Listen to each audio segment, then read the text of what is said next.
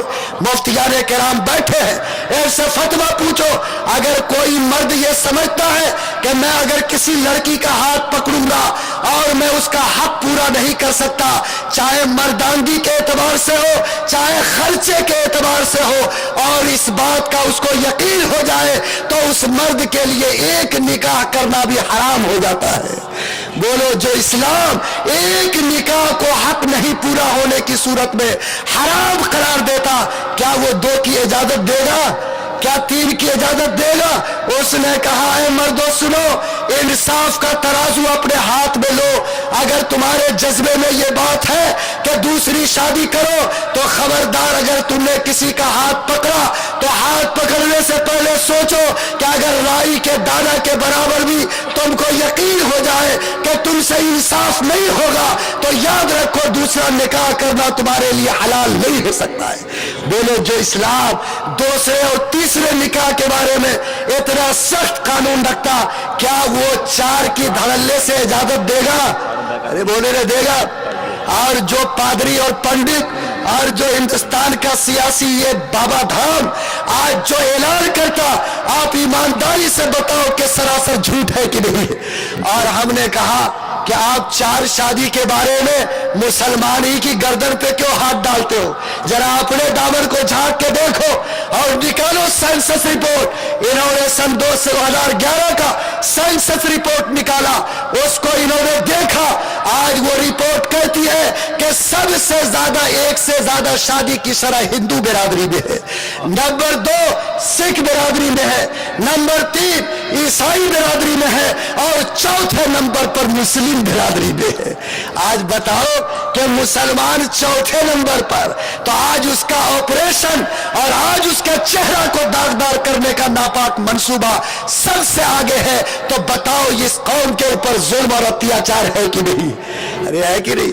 اور ہم نے کہا کہ آج اگر 4 اور 2 تم رکھے ہو تو یہ بھی کم ہے، جتنا طوائف کا اڈا ہے، جتنا ہوٹل کے دروازے ہیں، اللہ کی قسم آج بند کر دو، 10 بیویاں تم رکھنے پہ مجبور ہو۔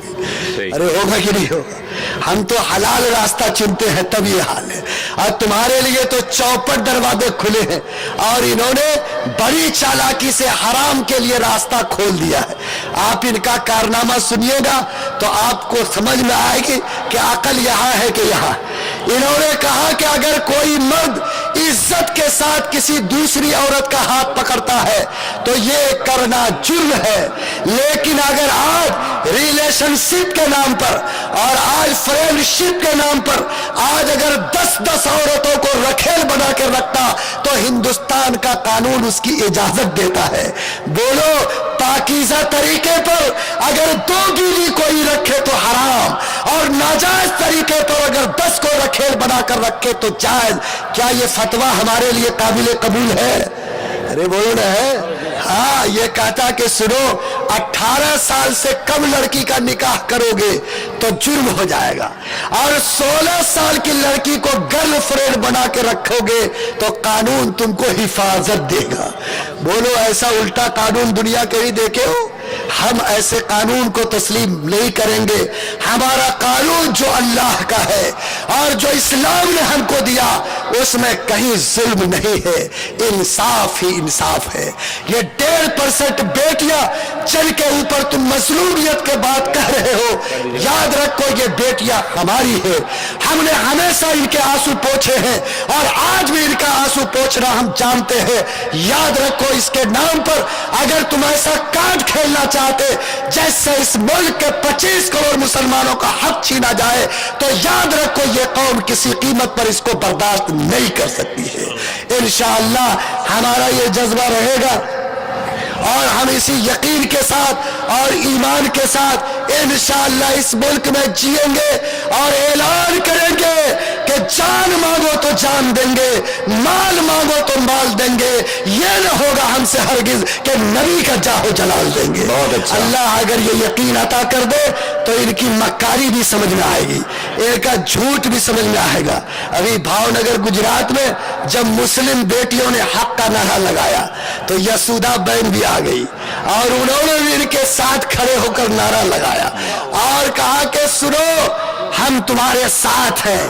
اور انہوں نے نعرہ دیا کہ مسلم بیٹیوں, اس پردھان منتری جی سے کہہ دو کہ جو پردھان منتری 40 سال سے اپنی ایک بیوی کو انصاف نہیں دے سکا, وہ ملک کی لاکھوں بیٹیوں کو کہاں سے انصاف دے سکے گا. اس لیے سچائی اپنے کو منواتی ہے اور سچائی اپنے کو منوا کر رہتی ہے. انشاءاللہ آپ بیدار رہیں گے, آپ چوکنا رہیں گے, اپنے بڑوں کے ساتھ رہیں گے. مفتی سعید الرحمان صاحب, ہمارے جناب مولانا محمود صاحب دریا آبادی اور ہمارے سیکریٹری صاحب خیر الدین خان صاحب ہیں اور ہمارے مولانا عبد الرشید ندوی صاحب, یہ قافلہ حق و سلامتی جس کا چراغ یہاں جلا ہے, اگر آپ ایسے نعروں پہ لبیک کہتے رہیں گے اور جس طرح دستخطی مہم میں انقلابی انداز میں آپ نے بیداری کا ثبوت دیا, اگر اسی طرح بیدار رہیں گے تو اللہ سے امید رکھنی چاہیے کہ کوئی ہمارے حق کو ہمارے ہاتھ سے نہیں چھینے گا. اور معاملہ عدالت میں ہے, عدالت کے سامنے آج 25 کروڑ مسلمانوں کے جذبات ہیں. اس ملک کا ماضی بھی ہے, اس ملک کا حال بھی ہے اور اس ملک کا مستقبل بھی ہے. عدالت سے انصاف ملا ہے اور انشاءاللہ ہمیں بھی انصاف مل کر رہے گا. وہ عدالت جس نے ہمارے بہت سارے ان نوجوانوں کو جو جیل کی سلاخوں میں بند تھے, بولو اس کے دروازے سے انصاف ملا کہ نہیں ملا. آج اگر ہمارا معاملہ عدالت کی چوکھٹ پر ہے تو جو آئین ملک کا کہتا اور جو اس ملک کی چیزیں ہم کو حق دیتی, مجھے امید ہے کہ انشاءاللہ عدالت سے اس کا تحفظ ہوگا اور ہم اس ملک میں اپنے سجدے کے نشان کے ساتھ, اپنے مسجد کے میناروں کے ساتھ, رسول کی سنت کے ساتھ, اپنی پیشانی کے داغ کے ساتھ انشاءاللہ رہیں گے. اور جب ضرورت پڑے گی سب کچھ قربان کر سکتے ہیں, لیکن دین سے دستبرداری کو قبول نہیں کر سکتے. ذرا ہاتھ اٹھا کے کہہ دیجئے اللہ قبول فرمائے, اللہ آپ کے دل کے دروازے کو کھول دے. لیکن لوگوں آپ یہ بتاؤ کہ اگر ہم نے ان کے ساتھ لڑائی ٹھانی ہے تو جو نقصان ہم کو اپنے گھر سے پہنچا ہے کیا اس کی بھی تلاشی ہونی چاہیے کہ نہیں ہونی چاہیے؟ ارے ہونی چاہیے کہ نہیں؟ میں بڑے کرب کے ساتھ کہتا کہ ایک آدھ دو جو مسلم بیٹی بہک کر آج اس چوکھٹ پہ گئی ہے, ایمانداری سے بتاؤ کہ یہ بھی کسی مسلم لیبل والے خاندان کی ہے کہ نہیں ہے؟ آج اگر وہ چوکھٹ پہ نہیں جاتی تو آج کسی کو زبان کھولنے کی جرات نہیں ہوتی. یہ الگ بات ہے کہ آج جو مسئلہ اٹھا ہے یہ مسلم بیٹی کی وجہ سے نہیں بلکہ ان بیٹیوں کی وجہ سے اٹھا جن کا نام بھی مسلمان نہیں بلکہ پھولوتی اس کا نام ہے اور اس کا شوہر پرکاش ہے اور اس کا مقدمہ عدالت میں گیا. وہاں ترکہ اور میراث کا نہ مسئلہ تھا, کوئی طلاق نکاح کا نہیں تھا. جج صاحب نے اس کا فیصلہ سنایا اور اسی کاغذ پہ اوبلنگ ڈال کے انہوں نے ایک شوشہ چھوڑ دیا کہ جس طرح یہ بیٹی آئی ہے میراث کے بارے میں کہنے, ویسے ہی مسلم سماج میں طلاق کے نام پر بیٹی پر ظلم ہو رہا ہے. بیٹو مارے گھٹنا پھوٹے سر, کہاں گئی کوئی خدیجہ, کہاں گئی کوئی عائشہ؟ معاملہ پھولوتی کا, معاملہ پرکاش کا, اور قلم چل رہا ہے مسلمان کے طلاق پہ. اور جو بہادر پہلے سے تیار بیٹھا تھا جیسے اس کو عدالت کا شوشہ ملا ماشاء اللہ اس نے موچ پہ تاؤ دیا اور کہا کہ بیٹھے بیٹھے ایک ایجنڈا ہاتھ آ گیا. ارے آیا کہ نہیں آیا؟ آج ان کو سمجھائیے کہ یہ ساری چیزیں جو ہو رہی ہے ان سب کے پیچھے یاد رکھو خیر کی نیت نہیں ہے، لیکن اللہ مہربان ہے، ہم دو کام کرنے کی کوشش کریں گے۔ ایک کام تو یہ کہ میرا یقین ہے کہ سب سے طاقتور قلم اللہ کے ہاتھ میں ہے، ارے بولو ہے کہ نہیں؟ اور ساری دنیا کے تقدیر کا مالک اللہ ہے۔ اللہ فرماتے ہیں کہ اپنی زندگی کی فلاح کے لیے خالی حکومت کے چوکھٹ کی طرف، خالی اپنے قوت بازو کی طرف نہیں، بلکہ میری قدرت کی طرف بھی دیکھو۔ میں وہ قدرت والا خدا ہوں کہ روزانہ تمہارے سامنے رات کالے کے پیٹ سے دن کا سورج طلوع کرتا ہوں، اور دن کے طلوع ہونے والے سورج کے اوپر رات کی سیاہی ڈال کر رات کی چادر کو تان دیتا ہوں۔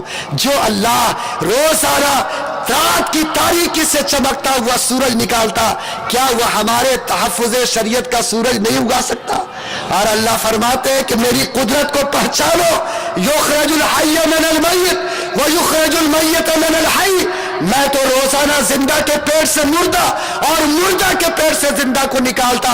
جو اللہ ایسی قدرت والا ہے، کیا ایسے مردہ حکومت کے پیٹ سے تمہاری زندگی کا انتظام کر سکتا کہ نہیں کر سکتا؟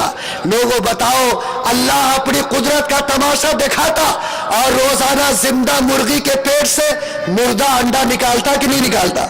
اور مردہ انڈا کے پیٹ سے زندہ چوزا باہر کرتا کہ نہیں کرتا؟ کہتا ہے کہ بھٹکتے کہاں ہو، میری قدرت کا تماشا دیکھو، اس پر یقین کرو۔ اگر تم میری قدرت کو پکڑ لو گے اور یقین کے ساتھ میری دامن کو تھام لو گے، تو اب اگر زندہ مرغی سے مردہ انڈا کو نکال کر اور مردہ انڈا کے پیٹ سے زندہ چوزا کو باہر کر سکتے، تو سیاہ رات سے بھی چمکتا سورج نکال سکتے کہ نہیں نکال سکتے؟ تو کرنا کیا ہے؟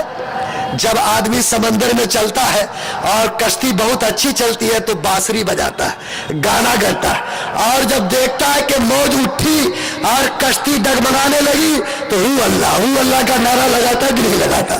آج بھی تمہاری کشتی گرد آب میں ہے، اور ظالم کا ہاتھ جو بہت طاقتور ہاتھ ہے آج شریعت کو تم سے چھیننا چاہتا، تو کیا ہو اللہ کا نعرہ لگاؤ گے کہ نہیں لگاؤ گے؟ سوچو کہ آج بھی کم سے کم میری پیشانی خدا کے سامنے جھک کر میرا ہاتھ اللہ کے سامنے اٹھنا چاہیے کہ نہیں اٹھنا چاہیے؟ طے کرو کہ شریعت کی حفاظت کی بھی خدا کے دروازے پر مانگیں گے، اور جس مجمع میں بیٹھنے والا ایک ایک مسلمان یہ طے کرو انشاءاللہ کہ آج کے مشکل حالات میں میری پیشانی خدا کے سامنے جھکے گی، اور ہم اللہ سے اس کی دین کی حفاظت کی بھیک مانگیں گے۔ بولو اگر ایسا جذبہ ہوا تو کیا وہ قدرت والا مالک ہم پر متوجہ ہوگا کہ نہیں ہوگا؟ تو کیا انشاءاللہ بانسری بجانے کے بجائے آج خدا کی طرف بھیک مانگنے کی کوشش کریں گے؟ انشاءاللہ۔ اور دوسرا کام کیا ہے کہ جو اللہ نے شریعت ہم کو دیا اس پر کون چلیں گے؟ مجھے کہ ہم چلیں گے؟ بولو نا۔ آج ایمانداری کی بات یہ ہے کہ اگر آپ رات تنہائی میں تکیہ پہ سر رکھیں اور اللہ کی قسم جناب محمد الرسول اللہ کی شریعت پہ غور کریں تو آپ کا ضمیر آپ کو ملامت کرے گا کہ 75% شریعت کا حصہ وہ ہے جو آج تک میری زندگی میں داخل نہیں ہوا۔